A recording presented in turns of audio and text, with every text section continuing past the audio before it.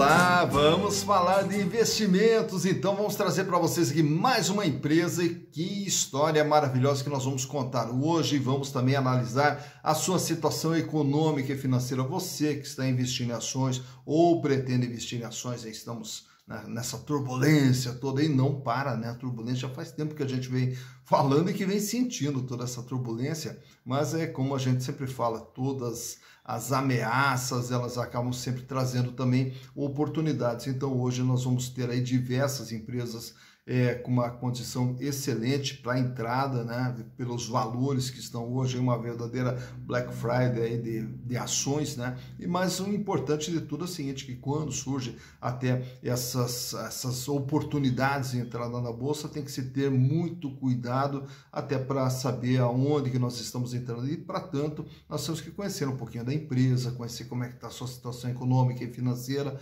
para diminuir os riscos, né? Já que investimento em ações é um investimento de alto risco, então nós temos que diminuir esses riscos e tentar aproveitar as oportunidades e fazer com que essas oportunidades nos tragam retorno. Agora, o importante também é ressaltar que investimentos em ações é investimento para longo prazo, então nós não podemos pensar em entrar na bolsa agora para sair no final do mês, não, o prazo ele tem que ser bem maior, né? E por que esse prazo maior? Porque todas essas quedas, essas oscilações que nós vamos ter na bolsa, elas acabam se corrigindo com o tempo. Então nós precisamos ter o tempo para esperar todo esse processo de correção. Mas a correção, ela vai ocorrer se a empresa apresentar fundamentos bons, né? Então a empresa, ela tem que dar a resposta. Então ela pode até sentir o baque ali da queda do valor das suas ações, mas se a empresa estiver bem, se ela tiver com seus fundamentos consistentes, aí com o tempo tudo isso aí se recupera. Por isso que é necessário ter esse tempo. Então a bolsa realmente ela é um investimento de risco, mas ele, se você entender como funciona todo esse sistema, você consegue tirar proveito de toda essa situação. Mas requer muita paciência, requer conhecimento, requer informação, né? E naturalmente que precisa um pouco de ousadia, tem que se correr o risco para buscar essas oportunidades. E aí a gente vai retratando aqui para vocês todas essas empresas para mostrar como é que está a sua situação econômica e financeira, o que é essa empresa na qual você pode futuramente até vir fazer aportes, fazer seus investimentos. E quem nos ajuda aqui, traz as empresas para que a gente possa repartir todas essas informações, são justamente os nossos inscritos aqui do canal. E aí nós temos lá o Johan Brat. O Johan Brat, ele sempre está participando aqui conosco também, mandando mensagem, trocando informação. Valeu, Johan, prazer ter você conosco aqui no canal e um prazer poder lhe atender. Espero atender corretamente as suas expectativas aí. Mas caso vocês também queiram outras empresas, é fácil, basta entrar aqui, ó, canal Silas Degraf, e manda a sua sugestão, e aproveita também, já faz sua inscrição, dá o like, ative a sinetinha das notificações para estar sempre recebendo as informações que nós vamos disponibilizando aqui para vocês. E a empresa sugerida lá pelo Johan Brat é justamente a Suzano S.A. A Suzano S.A., que é a maior produtora de celulose do mundo e é uma empresa brasileira. Mas vamos contar um pouquinho como que surge toda essa história. Ela começa lá no ano de 1924, quando o imigrante ucraniano Leon Pfeffer vem para o Brasil tentar a sorte aqui no Brasil. E aí, naturalmente, ele acaba se estabelecendo em São Paulo e começa a trabalhar como comerciante em São Paulo. E daí, na sequência, dentre os produtos que ele vendia, passou também a vender papel. Mas daí, na sequência, olha só a paixão pelo papel, né? Aí ele começa também, ele mesmo, a fabricar envelopes, né? E aí começou a fabricar envelopes e foi pegando cada vez mais gosto pelo papel, né? E aí até que chega no ano de 1939, aí ele resolve arriscar, daí ele resolve se desfazer de tudo aquilo que ele tinha e montar uma fábrica de papel. E aí a fábrica de papel, o que tinha que fazer? Importar a celulose e começar a fazer a produção no Brasil. Mas daí com o advento da Segunda Guerra Mundial, aí o preço da celulose começou também a ficar muito caro e também escasso. E aí ele já começou a pensar na possibilidade de também se produzir a celulose.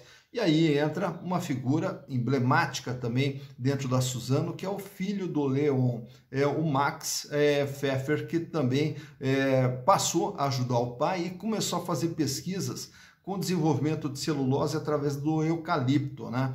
E aí, na sequência, as pesquisas foram avançando e aí descobriram que também era possível fazer a celulose com eucalipto. Aí no ano de 1955, eles acabam comprando uma empresa em Suzano para produzir a celulose extraída do eucalipto. Já no ano de 1964, já estavam exportando celulose para a Argentina. Então começou o processo de internacionalização da Suzano. Já no ano de 1974, eles entram também no setor petroquímico, que depois aí acabaram saindo desse setor. No ano de 1980, já fazem a abertura do capital, a Suzano passa a ser, na época, Suzano Papel e Celulose, passa a ser uma sociedade anônima. No ano de 1982, lança o grande sucesso da Suzano, que é a marca mais conhecida, que é o Papel Report, né? Já no ano de 1999, aí vem uma tragédia, o falecimento, né, do Leon Pfeffer. E aí, com o falecimento do Leon Pfeffer, o seu filho, o Max Pfeffer, assume a presidência da Suzano. Porém, 2 anos depois, prematuramente, o Max Pfeffer também acaba falecendo e aí o seu filho, o Davi Pfeffer, acaba assumindo o controle da companhia. Já no ano, e aí na sequência, a Suzano ela vem crescendo, desenvolvendo diversos produtos e também fazendo diversas pesquisas na área de desenvolvimento de celulose. No ano de 2017, aí eles aderem ao novo mercado, né? Então já passa a trabalhar dentro de um outro patamar, dentro da Bolsa, com governança corporativa, com mais transparência e tudo mais. E já no ano de 2018, aí acaba tendo a união com a Fibria, né? A Fibria, que era uma outra indústria de celulose e papel, lá do grupo Votorantim, do grupo Aracruz, etc. Aí acaba tendo a união das duas e se transformando na Suzano S.A. e se transformando também, naturalmente, na maior produtora de celulose do mundo. Mas para que a gente possa saber como é que está a situação econômica e financeira da Suzano, trouxe para vocês aqui os balanços de 2018, 2019 e 2020 e também o balanço mais atualizado da empresa de setembro do ano de 2021. Então, vamos, através dos números, conhecer como que está a situação da Suzano. Então, vamos aos números. Bem, aqui estamos então com as demonstrações contábeis da Suzano S.A. e para tanto trouxe aqui 2018, 2019 e 2020 e o dia 30 de setembro de 2021, as informações mais atuais da companhia. Começando aqui pelo ano de 2018, para que a gente possa entender o que é a Suzano, ela era uma empresa de 53 bilhões de reais, o tamanho do seu patrimônio, todo o seu ativo, seus bens e direitos, que são divididos aqui em capital fixo, né, o que é o ativo não circulante, valores a receber a longo prazo, investimentos, pouca coisa aqui, e imobilizado, que é uma parte forte da companhia, né, todas as suas máquinas, equipamentos, instalações, edificações, etc. Então estão aqui dentro do imobilizado. E aí nós temos aqui o ativo circulante, que é o capital de giro, são os recursos que fazem a empresa trabalhar. E esse capital de giro totalizava, em 2018, 30 bilhões 798 milhões de reais, o que correspondia a 57,1% de tudo que a empresa possuía. E no ano de 2018, olha só, tinha em caixa 25 bilhões de reais, né? E a contas a receber aqui 2 bilhões 537 e estoques 1 bilhão 853. Então, um grande volume de dinheiro em caixa, 47,3%, quase metade da empresa era dinheiro, né? No ano de 2019, a empresa aumenta seu tamanho para 97 bilhões 908 milhões. Agora, só que o capital de giro apresenta um recuo, com 18 bilhões 884 e cai para 19,3%. O volume de dinheiro em caixa despenca aqui para 9 bilhões, apesar de ser alto ainda, mas é bem menor do que já tinha sido em 2018. Aumenta aqui o contas a receber e também aumenta os estoques para 4 bilhões 685. Indo para o ano de 2020, a empresa passa dos 100 bilhões de ativos, 101 bilhões para ser mais preciso. E o capital de giro cai mais um pouquinho, 17 bilhões 957, agora com 17,6% de representatividade. Mantém praticamente o volume de dinheiro estável, 9 bilhões, diminui um pouquinho aqui o contas a receber e também diminui um pouco os seus estoques.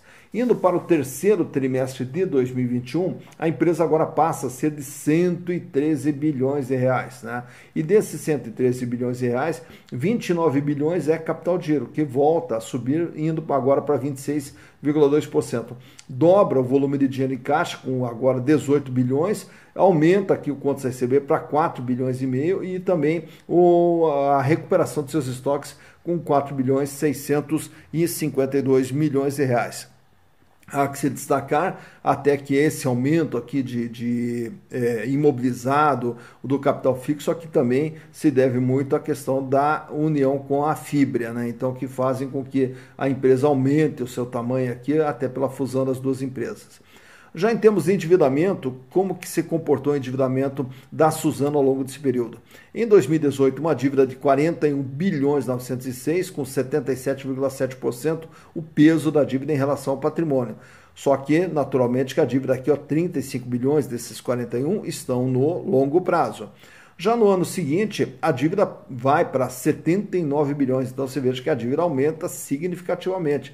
Porém, o peso dela, o aumento até não foi tão significativo. Por quê? Porque a dívida ela cresceu pouca coisa mais do que o crescimento da empresa. A razão pela qual a proporcionalidade da dívida acabou não sendo tão significativa assim. Então, aumenta em valores nominais, porém o peso da dívida agora fecha em 81,5%. Já no ano de 2020, a dívida vai para 94 bilhões, aí ela começa a chegar perigosamente que no 92,8%. E, naturalmente, que claro que as dívidas aqui no longo prazo, 84,8% do que a empresa tinha era dívida no longo prazo. Tá? Mas, enfim, 92,8% passa a ser um índice já bastante perigoso. E aí o endividamento sobe para 99 bilhões em valores nominais, porém o peso diminui aqui para 88% e naturalmente a dívida de curto prazo só 8%, né? E a dívida de longo prazo 90 bilhões. Então a empresa ela é bastante alavancada, tem um endividamento alto, só que o endividamento está no longo prazo. Agora vamos ver em termos de resultados, como que tem sido os resultados da Suzano ao longo desse período.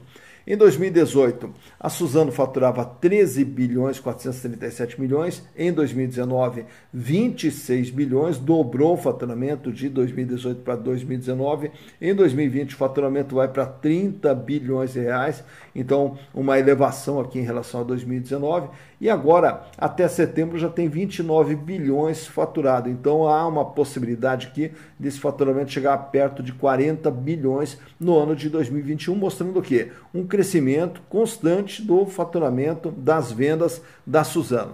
E aí nós temos aqui os resultados. Em 2018, um lucro de 318 milhões. Em 2019, aí ela fecha com prejuízo, mesmo dobrando o faturamento, mas ela fecha com prejuízo de 2 bilhões e 814 milhões. Em 2020, o prejuízo aumenta, ele dispara, vai para 10 bilhões e 714 milhões.